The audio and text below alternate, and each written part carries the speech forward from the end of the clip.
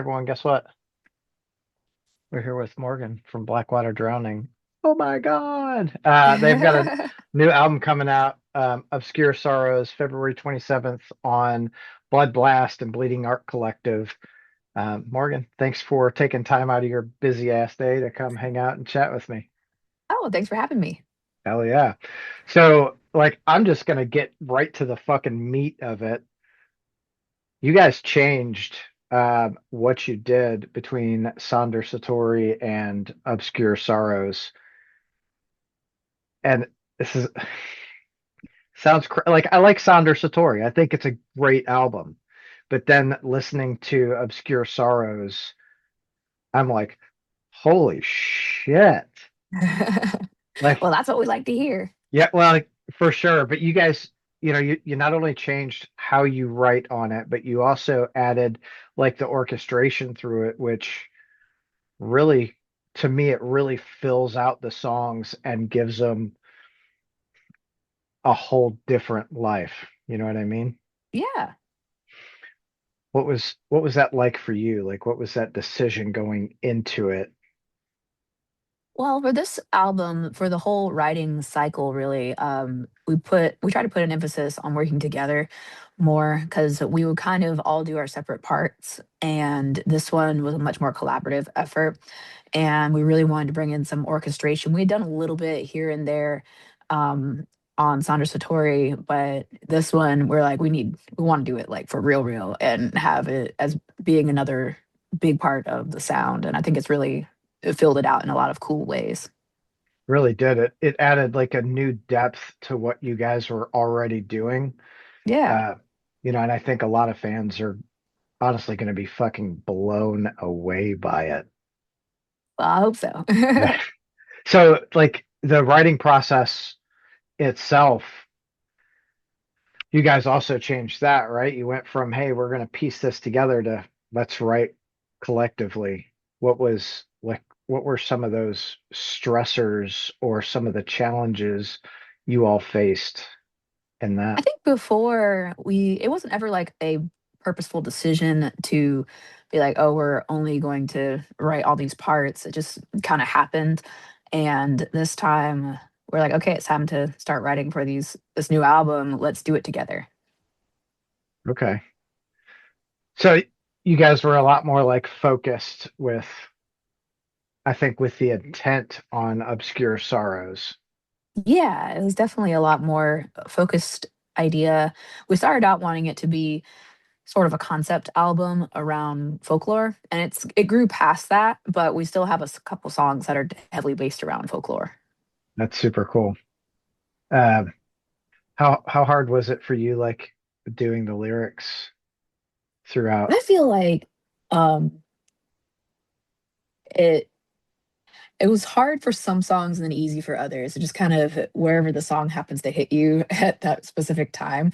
Because I would wait until they're pretty much done with the overall aspects of the song, and then I would add my lyrics after and just kind of whatever the song spoke to me. So it's always a pretty natural process for me. That's pretty easy. So do you keep like a notebook of ideas with you all the time? You're like, oh shit, this idea is super cool. I'm gonna write that down, and then I do actually, I'll like write down if I hear like a cool quote, I'll like write it down and be like, that could be good inspiration for later. hell yeah. You find inspiration all over the place. Oh yeah. Just everyday life. There's so much out there to be inspired by.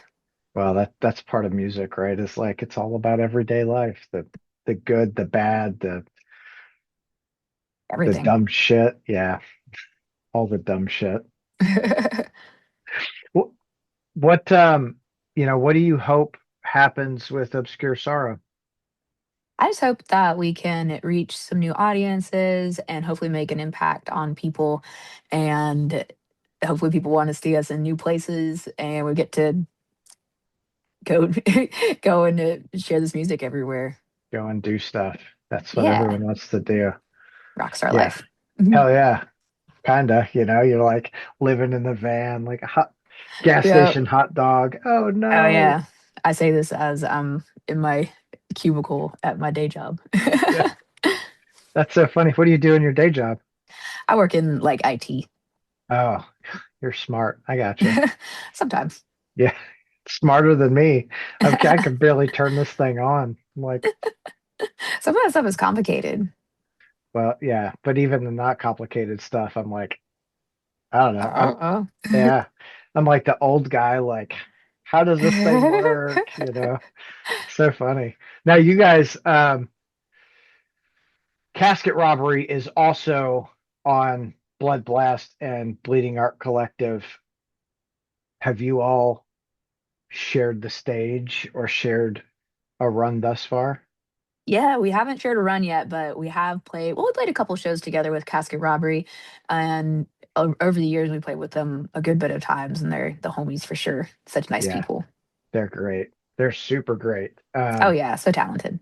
It's so it's so funny because Austin and Brian are also in IOF, and it's like I don't know how they find time to like do everything. You know what I mean? Yeah, on a busy, busy, busy. How do you like?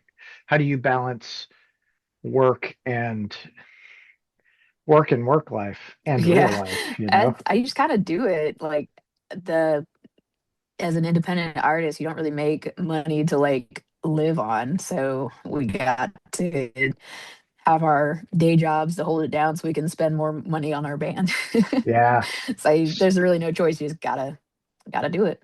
that is true. So how much do you know about like this kind of off the cuff, but I just had a conversation with someone else and they really opened my eyes to like royalties for bands and songwriters. How much do you know about like the whole royalty process of it? I know like you gotta be signed up with like BMI and ASCAP and all that, and then you start getting things from that. We haven't gotten quite that far yet, but it's definitely something we need to do on this album. Yeah, for It sure. might already have been done. I'm not sure between our management and everything. Yeah. Well, hopefully the management is like, get keeping you guys in order with that because who was it? I was talking with Ben Kohler from Converge, right? And I guess a few years ago he was like curious about the whole royalty thing, so they started digging into it, and what they found is there's like two ways to that the royalties come in. One is BMI and ASCAP send you a check.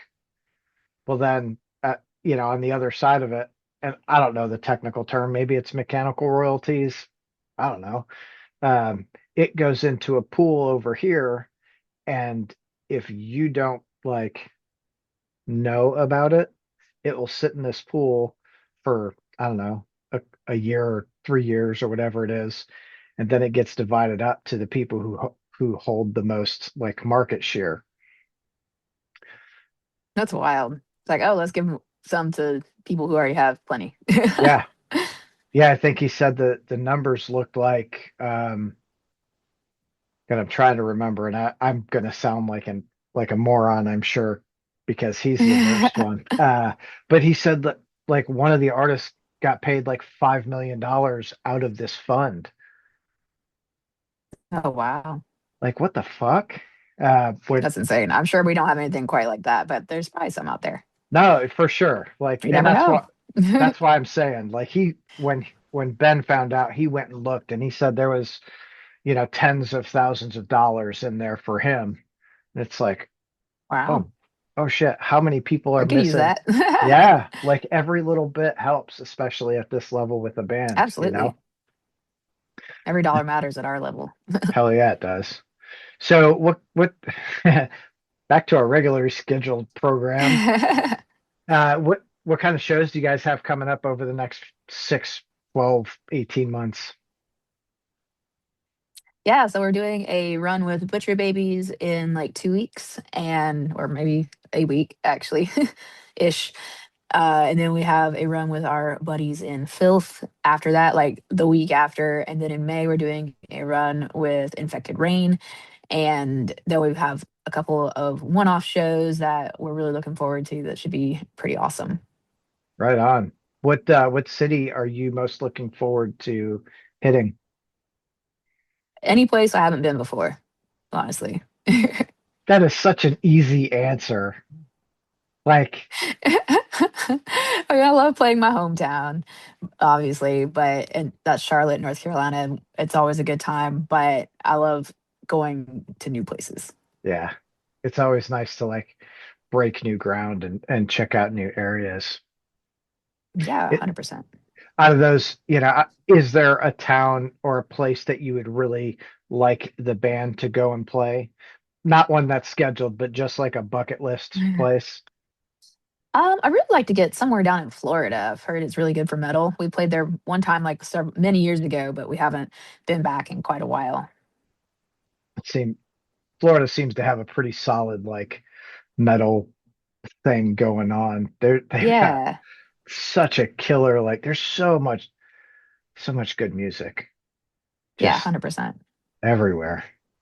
Is there a place in Florida you'd really like to go first? Like I think Fort Lauderdale, if I recall correctly, was recommended to me. But Huh, I have to look into that. I'd never thought of Fort Lauderdale as like as a yeah, place like for, either Fort Lauderdale or like Jacksonville, Orlando, all that area. yeah. Huh, that's cool. When I think metal in Florida, the first thing I think is Tampa, just because of all the death Yeah. metal. Oh yeah. I would love to play there too. For sure. What I feel I'm so exhausted right now, so please excuse me. You are Uh, good. what what got you into music to like begin with? I've always been into music. My family is very musical. My parents were theater people, and I grew up listening to their stories about being on tour and going to all these places. And I'm like, I want to do that. And I thought that I was going to do theater. And then I discovered like bands and stuff as I grew up. And I'm like, I think I want to be a singer in a band. And I remember listening to, I think it was the Matrix Reloaded soundtrack that I borrowed from the library.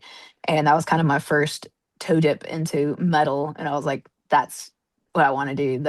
It's really striking a chord for me. That's that it's funny how like it's funny where the world is today because I don't think you I mean maybe you can go to the library and borrow like music, but it's so at our fingertips now. I That's know, like back then, I had to have CDs or get it from LimeWire and give the family computer all the viruses. yeah. Yeah, that's why you got became an IT person. You're like, oh shit, too many viruses. I gotta fix this. Yeah, I mean, I was like we all were at that age, I think, like programming our MySpace layouts and writing code. I was like, I like MySpace. that. Tom did it right, dude. Oh man. Hmm. Memories. That memories, oh what wonderful memories. Now we're stuck on Facebook and Instagram. Uh, uh, you know, Yeah, boo. yeah. Boo. What is there a band that you would like really like to get out on the road with?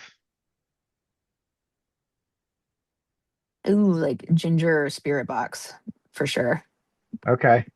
Look, you're like you had that. I'm ready to go. Yeah. Uh, I know what our audience is. yeah, I think you guys would crush with either of those. Um, hmm, Yeah, I think so. how do we make that happen? Just gotta know the right people, be in the right place at the right time. It's a lot of, hey, check this out. Hey, it's constantly. Yep. Is there a band that you've played with like thus far in your career that you never thought you would?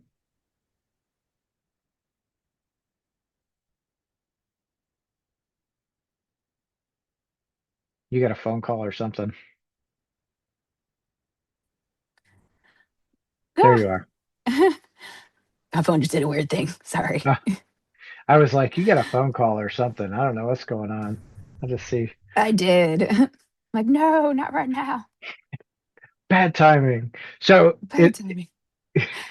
is there a band that you've played with so far in your career that was like, oh, I really want to play with them? Oh, when we played with Ginger, actually, we played with them at this venue in South Carolina one time, and it was sold out, like 1,000 cap room. It was awesome. That's super cool. What venue was that? It's not there anymore. It was called the Firmament. Hmm. Hmm. It was like in Greenville, South Carolina. But It's too there's too many venues. I'm like, have I been there? Because it's been, maybe, yeah, I don't know. I feel like I would remember that. I think most of the places that I go are like sub 500, or at least, through yeah, my it's a life. lot of places I go as well. Yeah. Like, I honestly don't like going to a lot of like really big venue shows because there's so many people in there and there's no Yeah. escape. And I'm a short person. I'm 5'2", so I can't see nothing. It it doesn't, I'm one of the guys whenever I go to a show, it doesn't matter like where I stand. The tall person always gets right in front of me and I'm like, "You son Oh of yeah, a every time. bitch." Like the whole place is empty and you stand right in front of me. What's going on? Like, no. What what's been your like favorite live experience? um, there's been so many live experiences that will always stick with me. I remember one time we were playing a show and this guy ran up on stage and like just stage dove off the front and he missed the people he was going for. And just out of the corner of my eye to see him go woo. I'm like, Flat.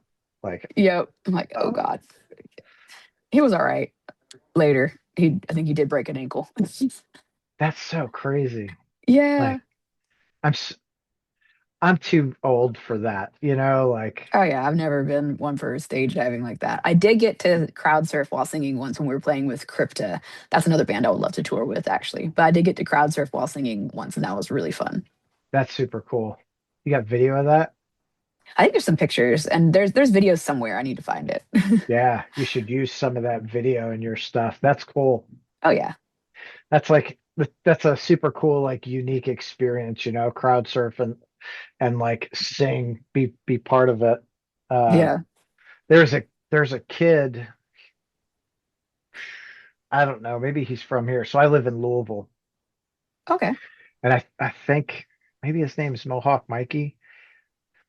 He was like real young a couple years ago, and there was he was at Louder Than Life, and he was I gotta think, maybe it was his dad was like being crowd surfed, and Mikey was on top of him like surfing. Oh, it's so cool. That's pretty funny. What what band, like, for you, what bands are you listening to right now that you think other people should listen to? Ooh, right now I've been really into Don Broco lately.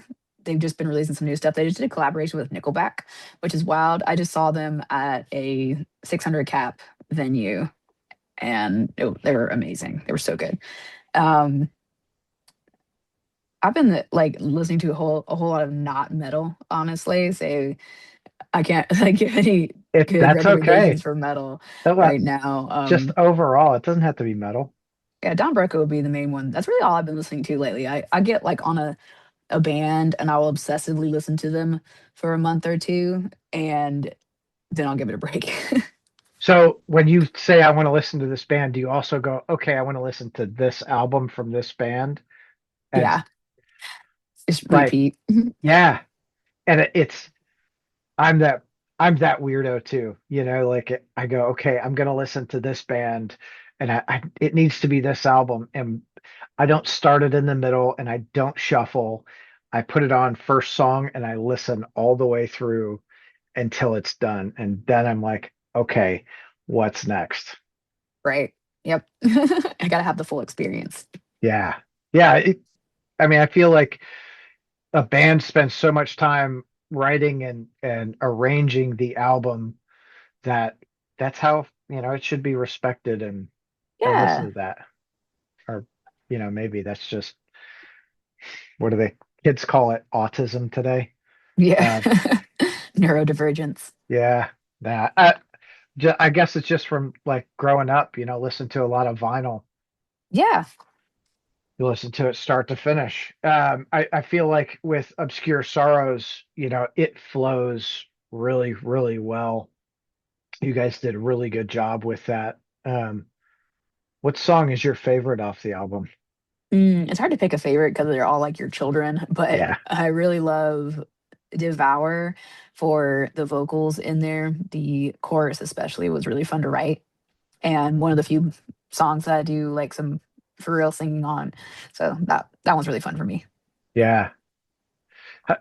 Is that hard for you live when you do like, Not really anymore. I've done it for so long that I know where my strengths are and how to maintain.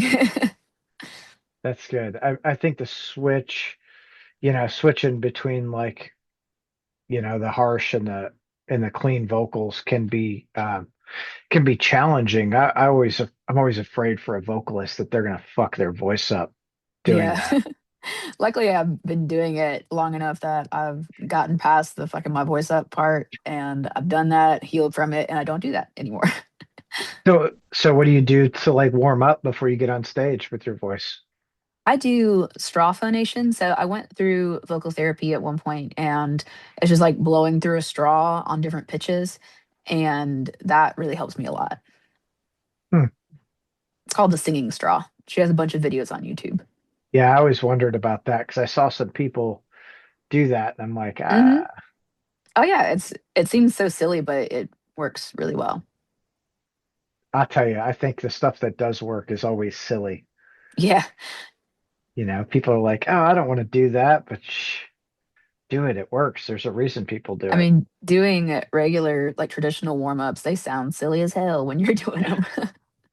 That everything does, but it's like if you don't do it, you end up, hurting Hmm. yourself, and then it's like, okay, I can't sing for, months or weeks or whatever it is. Yeah, you only got one voice. Yeah, well, yeah, pretty much. You get sign language. Yeah. That'd be crazy. I Yeah. I really like Air of the Witch. Oh, yeah, that's a good one. We Like, actually started writing that um, during Saunders Satori, and originally we wrote it for a purpose that ended up changing. But then we're like, well, we're still going to keep this song. And we've had that song written now for probably like 5 years. So it's really good that it's getting to see the light of day. did you guys do anything to like change it for Obscure Sorrows or add to it? We definitely added a lot more orchestration and changed up a little bit of parts from where it was originally, but it's mostly the ori- original vision. That's cool. I assume you like how it has evolved. Oh yeah, I'm very proud of the final product we have. I think it's fucking solid. You Well, know, thank it you. it it's wild when you just add in a little more of something or decide to do something a little different, like what that does for you. Yeah, it's crazy. Like just everything. And when you think about music and what you listen to, a lot of the things that make the biggest impact are the smallest additions to it. Yeah. There's do you listen to like stoner metal at all? I do actually. Do you know Howling Giant? I don't know them, but Okay. They're honestly they're fucking fantastic. They're out of Nashville, but they did the so they're not their most recent album, but the album before was Glass Future. And I feel like with Glass Future, they like they found their, they found it. yeah, they found it. It was like that was it. And their new album, Crucible and Ruin, they added a dude. He's a multi-instrumentalist that's fucking killer. Yeah. But the it's kind of like going from Sandor Satori to Obscure Sorrows. Like I thought, man, Glass Future is a fucking great album. And then Crucible and Ruin came out, and I'm like, how the fuck did this get better? Like, Right? I love that. like, holy shit. I would suggest checking them out for you because they are, God, it's kind of like progressive stoner psych, Okay.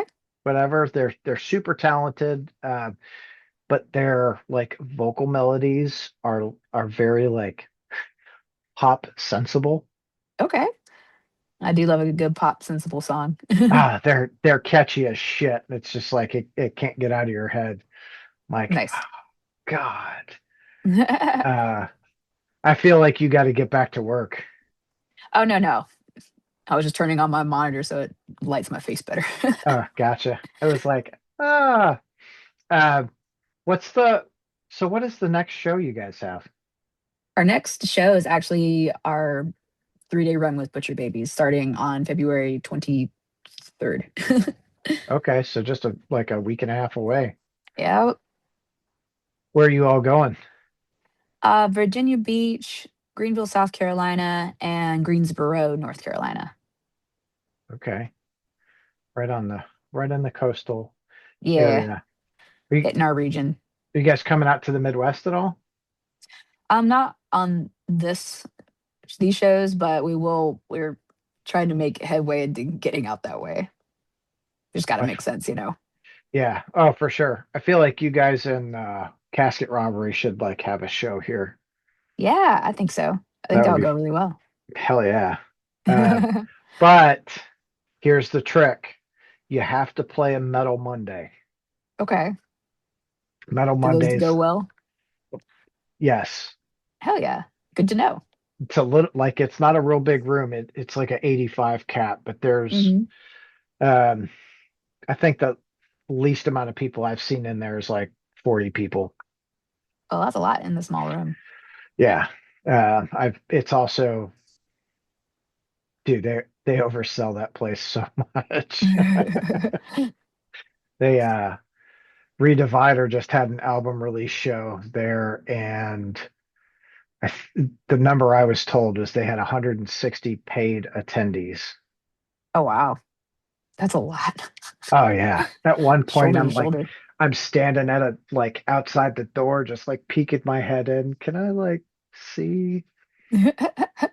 That's funny. Yeah, it's super crazy, but that's the spot. I'll I'll shoot you the like the contact for them. Yeah, that'd be great.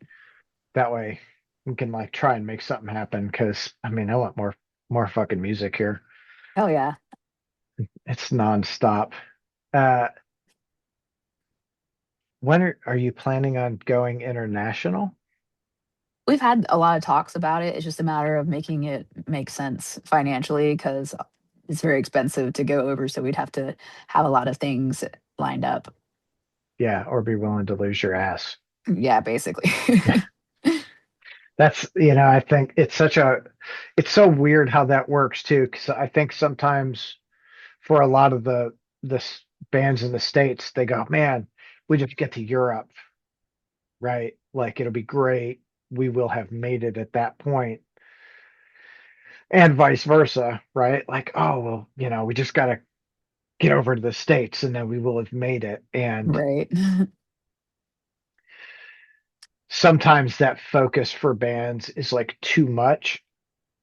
I don't know. I say too Yeah. much, but it's just they're really hyper focused on going out of the country and they build their entire fan base over there and then they come home and people are like, "You play in a band? Right. What?" It's totally a thing. It for sure. There's a there's a band up the road from Cincinnati.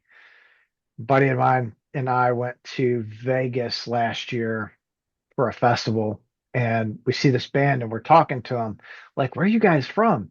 "Oh, we're from Cincinnati." Like, what? Yeah, they've been a band for like 15 years or something like that. Yeah. It's like, you guys don't ever play at home. No, we spend all our time in Europe. Like, what the fuck, dude? Yeah. That's what, like, I've heard, like, it's a lot better for heavy music over there, especially. Yeah, well, I think I think it really depends, right? Like a lot of the I think that like the stoner stuff does really, really well over in Europe. Hmm. Of course, I think the cores do really, really good over there too, like deathcore, metalcore, etc. Oh yeah. Um, Over here, we're like, I think there's like a push and pull. Some bands do fucking great with it, and then other bands are like, Other bands, not so much. yeah, and it's not that the bands that don't do as well have a bad sound. I just, I don't know why that is. Yeah, I think it's just a lot of right place, right time. Some things catch on and others don't. And there's no like there's a formula for what makes music catchy, but just because you're following a formula doesn't mean it's going to last. You might be a flash in the pan, and bands that can create longevity are pretty rare, honestly. Well, yeah, I mean, in the time of like social media, it's everyone is so like focused on what that. I say focused, but I think it's whatever that happens. Whatever's going viral. Hmm. Um, I'm a big Deftones fan, and Hmm. they were, like a few years ago, they were playing 7, 8,000 seat venues, and it's cool. But this last album, they apparently, I don't do shit on TikTok, so I don't really know, but they apparently had a couple of songs go viral on TikTok. Oh, And yeah, and they went from these 7,000 8 seat venues to, or 7 or 8,000 seat venues. So weird. To 20 to 30,000 seat venues. And it's I'm just wild. like, good for you guys, but Absolutely. fuck. Yeah. Watching those tickets go to $300 and $400 each. I'm not interested in that. Yeah, no. Not at all. What are your what's your opinion on meet and greets? um I'm fine with them. Like, I don't personally buy them because I prefer to have, if I'm going to meet somebody, I would prefer it to be a little bit more organic. But I can understand people wanting to have that experience. And I think my only problem with meet and greets is when the bands don't do enough to, I guess, justify the extra cost. I mean, and that's so, um, what's the word, subjective as to whether it's worth it for someone. But like I don't blame people at all, and I don't blame bands for charging for that experience. Like, you can access us this way, but our time is all money still. That is true. Is everything is fucking money anymore. Oh yeah, and it's so hard for bands out there, so I don't blame them for making a few extra bucks off people wanting to say hi. Right.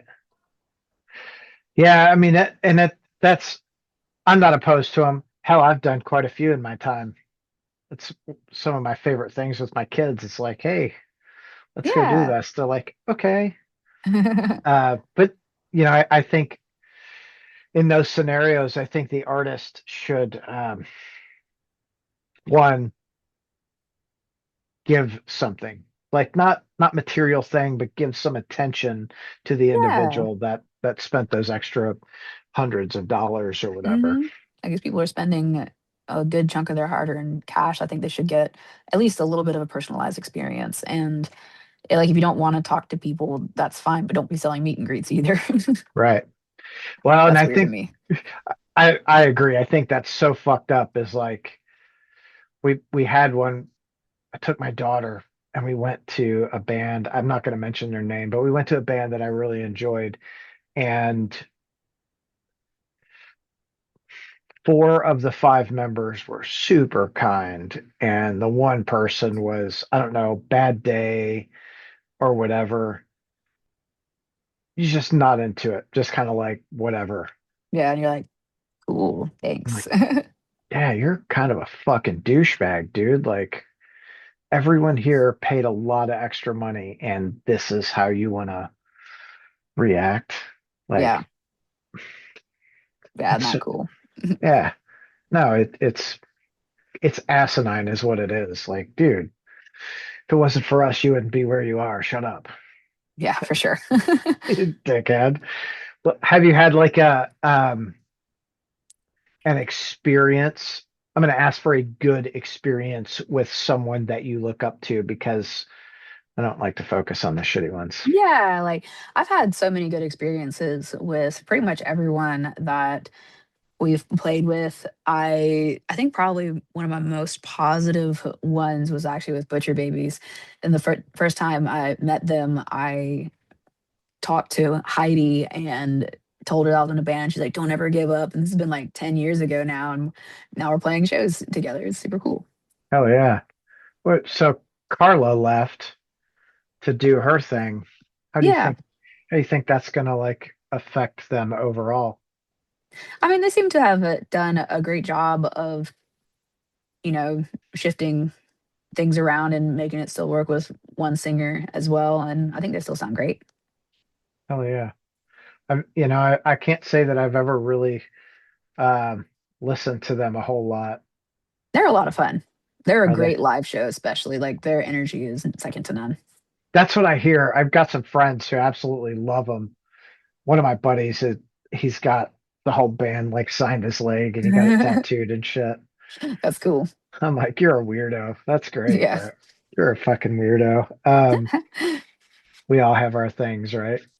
Oh yeah, we all have our things. What's been your strangest like uh, interaction with a fan? Oh, there's always the weird ones where you're just like, okay. I can't I try to like not dwell on those too much. It's just people being a little weird and whether it's being creepy sometimes, which I don't really experience a whole lot of that. I don't know why. Um, but Just grateful you're not lucky. arguing Yeah, that. um, but mostly it's just people online think that they can say anything and they forget that people on the other side are still real people. yeah. That's so what a fucked up place we are in because of Yeah. that, right? Like, Hmm. just say whatever you want. Like, dude, come on. Like, bro, you don't have to be like that. Right. What's been your best experience with a fan? Oh man, we have this guy that he's been a fan since our first EP released, and his very first tattoo was of our logo symbol. That was super cool to see. That, yeah, dude, making people scar themselves up from the first EP. I know, right? That's a sales pitch if I ever heard one. That's so funny. It's so cool. And he drove, we played up in Massachusetts, and he drove like several hours to come see us for the first time and told us all this. And I'm like, oh my God, that's so cool. Thank you. Holy shit. So I I like when people are willing to drive distances for a band. One, I think most most bands deserve it, right? There are some Oh, that yeah. like, but it's really cool to like go other places and meet other fans because then you have like this little metal family in these other towns, you know? Yeah. It's so cool. And getting to meet people for real, like in real life that you've talked to online or they've commented on your stuff and then you see them at a show is so cool. Hell yeah. Yeah, it really is. Solid, dude. I got stories for days. This is so Oh, yeah, stupid. you know. There was we went out to Vegas and I interviewed someone from one of the bands at the festival and I hung out with them. I got to think, what night did we hang out? We must have hung out like Thursday night. We were hanging out like at the venue, like just talking or whatever. And then Friday, we're back at the venue and he sees me and he's like, "Hey, dude, like it's nice to like meet you in person." I'm like, "Dude, we literally hung out for like an hour last night. Like, what the?" He's like, "Oh, sorry."